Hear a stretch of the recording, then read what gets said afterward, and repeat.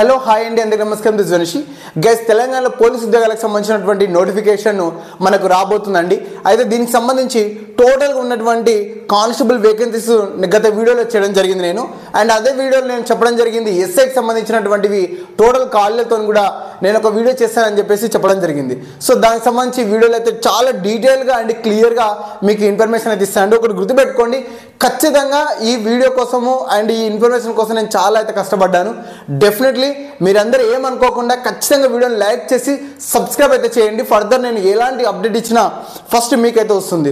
ఒకటి గుర్తుపెట్టుకోండి, మనం ఏదో పనిలో కానీ ఏదో నోటిఫికేషన్ కానీ నిమగ్నమై ఉన్నప్పుడు ఖచ్చితంగా దాంట్లో ఉన్నటువంటి అప్డేట్స్ ఏవైతే ఉన్నాయో అవి మస్ట్ అండ్ షుడ్గా మనం తెలుసుకోవాల్సి ఉంటుంది. ప్రతిరోజు ఏం జరుగుతుందనే దాని మీద ఫోకస్ పెడితేనే మనం ప్రిపరేషన్లో కూడా ముందున్నట్లే అండి. సో కాబట్టి నేను చేసే ప్రతి వీడియో అండ్ ప్రతి అప్డేట్ మీకు రావాలంటే మీరు ఖచ్చితంగా సబ్స్క్రైబ్ అయితే చేసుకొని ఉండాలి.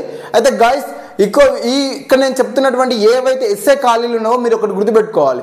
ఇక్కడ నేను చెప్తున్నటువంటి ప్రతి ఎస్ఏ ఖాళీ కూడా టోటల్ ఉన్నటువంటి మనకు టోటల్గా కావాల్సినటువంటి స్ట్రెంత్ అండి.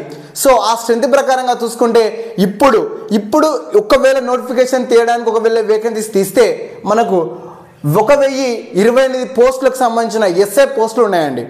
అయితే ఇక్కడ ఈ 1028 పోస్టులకు సంబంధించి ఇందులో నేను యాడ్ చేయని పోస్టులు ఏమంటే ఎస్పీఎఫ్కి సంబంధించినటువంటి పోస్టులు. ఎందుకంటే ఉమెన్స్ ఎస్ఐలు కూడా ఇంక్లూడ్ చేశారు అండ్ మెన్ ఎస్ఐ కూడా ఉన్నాయి. వాటికి సంబంధించిన డేటా కూడా మనం సపరేట్గా నేను ఒక వీడియో చేద్దామనే కాన్సెప్ట్తో మొన్న జియోస్ వచ్చాయి కదా. సో రీసెంట్గా ఒక 2-3 వీడియోలు చూస్తే మన వీడియోలో కనిపిస్తుంది. అయితే అందుకోసం ఆపానండి.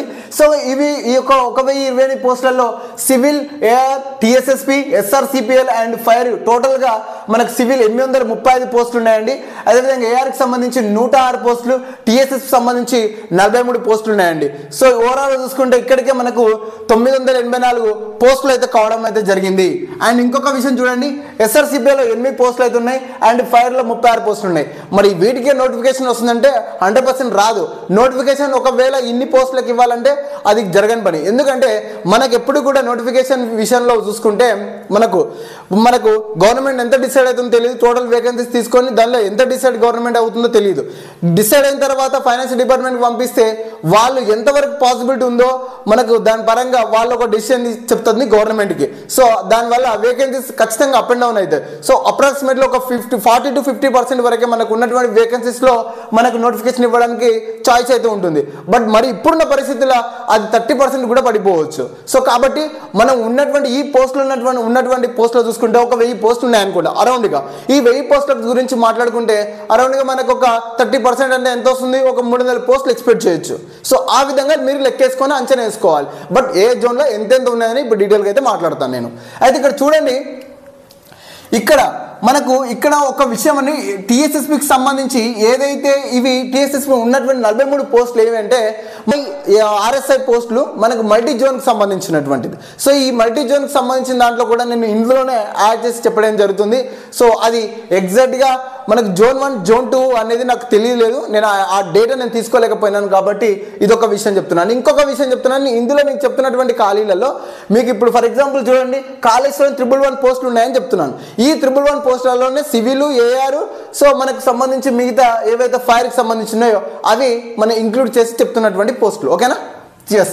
ఇక్కడ కాళేశ్వరం ఫస్ట్ జోన్కి సంబంధించి అయితే నిన్న ఈరోజు పెట్టినటువంటి మార్నింగ్ ఒక వీడియో చిన్న మిస్టేక్ ఏంటంటే యాదాద్రి జోన్కి సంబంధించి అదొక వేకెన్సీస్ అనేది ఇందులో మిస్ కావడం జరిగింది కాబట్టి మళ్ళీ యాడ్ చేసి వీడియో చెప్తున్నాను.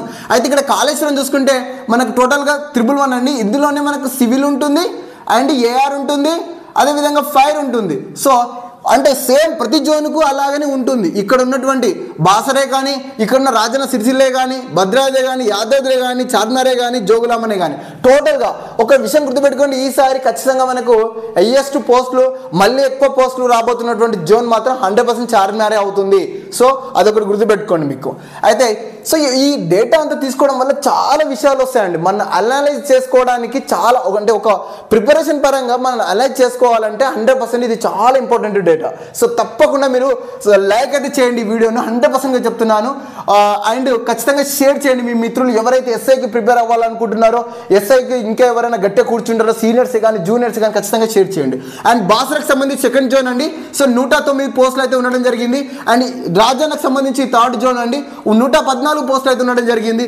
యాదాద్రికి సంబంధించి ఫోర్త్ జోన్ 125 వేకెన్సీస్ ఉన్నాయి. అండ్ యాదాద్రి ఫిఫ్త్ జోన్ అండి. సో మనకు 67 పోస్టులు అయితే ఉండడం జరిగింది. ఎందుకంటే ఆల్రెడీ మనకు రాచకొండ కమిషనరేట్లో చాలా ఆర్ఎస్ఐ పోస్టులు అయితే మనకు ఫిల్ కావడం జరిగింది. సో దానివల్ల వేకెన్సీస్ అనేది తక్కువ వస్తుందండి. అండ్ చార్మినార్కి సంబంధించి మనకు 6th జోన్ అండి 356. ఈవెన్ గత నోటిఫికేషన్లో కూడా మనకు ఎక్కువగా మనకు చార్మినార్ జోన్లోనే మనకు వేకెన్సీస్ అనేది ఫిల్ కావడం జరిగింది. ఒక్కసారి మీరు ఆ డేటా కూడా చూసుకోవచ్చు. అండ్ జోగులాంబకు సంబంధించి చూసుకుంటే 102 పోస్టులు అయితే ఉన్నాయండి ఇక్కడ. సో ఈసారి కొంచెం ఏదైతే జోగులాంబ గద్వాల వాళ్ళు ఉన్నారో మరి వాళ్ళకి కొంచెం పోస్టులు ఎక్కువనే వచ్చే అవకాశం కనిపిస్తుంది. ఒకవేళ గవర్నమెంట్ మేబీ ఎందుకు గత నోటిఫికేషన్లో చూసుకుంటే ఈసారి కొంచెం ఎక్కువనే వచ్చే అవకాశం అయితే కనిపిస్తుంది. అయితే టోటల్గా ఉన్నటువంటి ఈ ఎస్ఐ కానిస్టేబుల్కి సంబంధించి అండ్ కానిస్టేబుల్ గత వీడియోలో ఇట్లా డిఫరెంట్గా వీడియో చేయడానికి గల కారణం ఏంటంటే మనకు ఒక క్లారిటీ వస్తుంది. కానిస్టేబుల్ మీద ఒక ఫోకస్ ఉన్న వాళ్ళకి అదొక క్లారిటీ ఉంటుంది, ఎస్ఐ మీద ఫోకస్ ఉన్న వాళ్ళకి ఇదొక క్లారిటీ ఉంటుంది. సో నేను దీనికి సంబంధించినటువంటి డేటా కూడా మీకు ఏదైనా డౌట్ ఉంటే మీరు ఖచ్చితంగా కామెంట్ చేయండి. మీరు దీని గురించి మీ ఒపీనియన్ చెప్పండి. ఇక్కడ ఒక విషయం మీరు ఒకటి గుర్తుపెట్టుకోండి, మీ ఒపీనియన్ ఇచ్చినా సరే నేను ఖచ్చితంగా కామెంట్లో చేస్తే మళ్ళీ దీని గురించి ఇంకా మీకు ఏదైనా అడిషనల్ ఇన్ఫర్మేషన్ కావాలంటే అది నేను తెలుసుకోవడానికి ట్రై చేశాను. గత 20 డేస్ నుంచి కష్టపడితే నాకు వచ్చిన డేటా ఇదండి. సో దీని చాలా డేటా వచ్చింది. అయితే ఆ డేటాను మొత్తం నేను సమ్మరైజ్ చేసి మీకు ఇంత నీట్గా అర్థంగా అయ్యేటట్లుగా అయితే చెప్తున్నాను. అండ్ ఇంకొక విషయం ఖచ్చితంగా గుర్తుపెట్టుకోండి, మళ్ళీ చెప్తున్నా, ఇవి టోటల్గా కావాల్సినటువంటి స్ట్రెంత్ ఉండవలసినటువంటి స్ట్రెంత్, బట్ వీటికి నోటిఫికేషన్ వస్తుందంటే రాదు.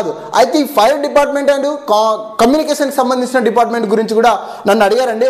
అయితే ఈ ఫైర్ డిపార్ట్మెంట్లో మనకు 1000 పోస్టులు గవర్నమెంట్ అనౌన్స్మెంట్ చేసింది కదా. సో మరి 1000 పోస్టులు అంటే ఇక్కడ 36 ఎస్ఐలు ఉన్నాయంటే అందులో ఫైర్కి సంబంధించి అండి ఫైర్ డ్రైవర్స్ ఉంటుంది, ఫైర్ కానిస్టేబుల్స్ ఉంటుంది, ఫైర్కి సంబంధించిన ఎస్ఐలకు సంబంధించి ఉంటుంది. సో అలా ఉంది. అయితే ఇక్కడ ఇంకొక విషయం కొత్త విషయం నాకు తెలిసింది ఏంటంటే ఈ యొక్క ఎస్ఐ అండ్ ఆర్ఎస్ఐ పోస్టులకు సంబంధించి మనకు ఇప్పుడు ఏదైతే ప్రమోషన్స్ చేపడతాయి అంటే ఇన్స్పెక్టర్ ర్యాంకు ఏదైతే సిఐ ర్యాంకు ఆర్ మనకు ఉన్నటువంటి ఏదైతే ఇన్స్పెక్టర్ ర్యాంక్ ఆర్ఐ ర్యాంక్ ఉందో సో వాళ్ళకు ఒకవేళ ప్రమోషన్స్ చేపడితే మనకు అడిషనల్గా ఇంకొక 180 పోస్టులు అయితే కలుస్తాయండి నాకు వచ్చిన డేటాలో.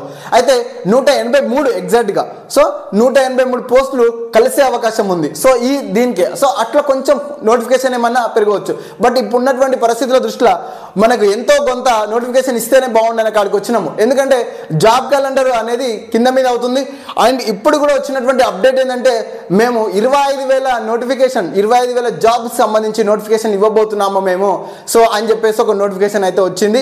సో నెక్స్ట్ మంత్ అన్నట్లుగా ఏదైతే రిజర్వేషన్ సంబంధించి వచ్చిందో అది అయిపోయిన వెంటనే మేము 25,000 జాబ్స్ సంబంధించి నోటిఫికేషన్ ఇస్తాము అని వచ్చింది. అయితే దీనికి సంబంధించి కంక్లూజన్ నిన్న వీడియోలో చెప్పాను నేను. ఏమని మనకు ఒకవేళ నోటిఫికేషన్ ఇవ్వాలనుకుంటే ఏప్రిల్లో ఒక బెస్ట్ చాయిస్ ఉంది గవర్నమెంట్కు, ఏప్రిల్ మాత్రమే. ఎందుకంటే నోటిఫికేషన్ ఇచ్చిన తర్వాత వెళ్తే మాత్రము ఒక బెస్ట్ రిజల్ట్ తీసుకోవచ్చు అని గవర్నమెంట్ అనుకుంటుంది కాబట్టి సో ఏప్రిల్లో ఒక చాయిస్ ఉంది. అది నేను గత వీడియోలో మీకు విశ్లేషించి చెప్పడం జరిగింది. అండ్ ఈ వీడియోలో కూడా మళ్ళీ మీకు గుర్తు చేస్తున్నాను. అండ్ ఇప్పుడు వచ్చిన అప్డేట్ అది కాబట్టి చెప్తున్నాను. సో వాటికి సంబంధించి కూడా మీకు చాలా క్లియర్ అండ్ కట్గా చెప్పానండి. మీకు ఎలాంటి డౌట్ ఉన్నా మీరు కామెంట్ చేయండి, నాకు తెలియకపోతే తెలుసుకోవడానికి ట్రై చేస్తాను. అండ్ ఇంకొక విషయం చెప్తున్నాను హానెస్ట్గా, ఖచ్చితంగా నా వర్క్ అయితే మీరు లైక్ అయితే చేయండి అండ్ సబ్స్క్రైబ్ అయితే చేయండి. ఖచ్చితంగా మీ ఫ్రెండ్స్కు షేర్ అయితే చేయండి, మీ గ్రూప్లలో వీటి గురించి తెలియజేసే ప్రయత్నం అయితే చేయండి. అండ్ ఖచ్చితంగా ఎప్పుడు దీనికి మీకు ఏదైతే అడిషనల్ ఇన్ఫర్మేషన్ కావాలన్నా కూడా ఎస్ఐకి సంబంధించి ఎలాంటి ఇన్ఫర్మేషన్ ఉన్నా నేను ఖచ్చితంగా మీకు ఇన్ఫర్మేషన్ ఫార్వర్డ్ చేస్తాను. Thank you. జై హింద్.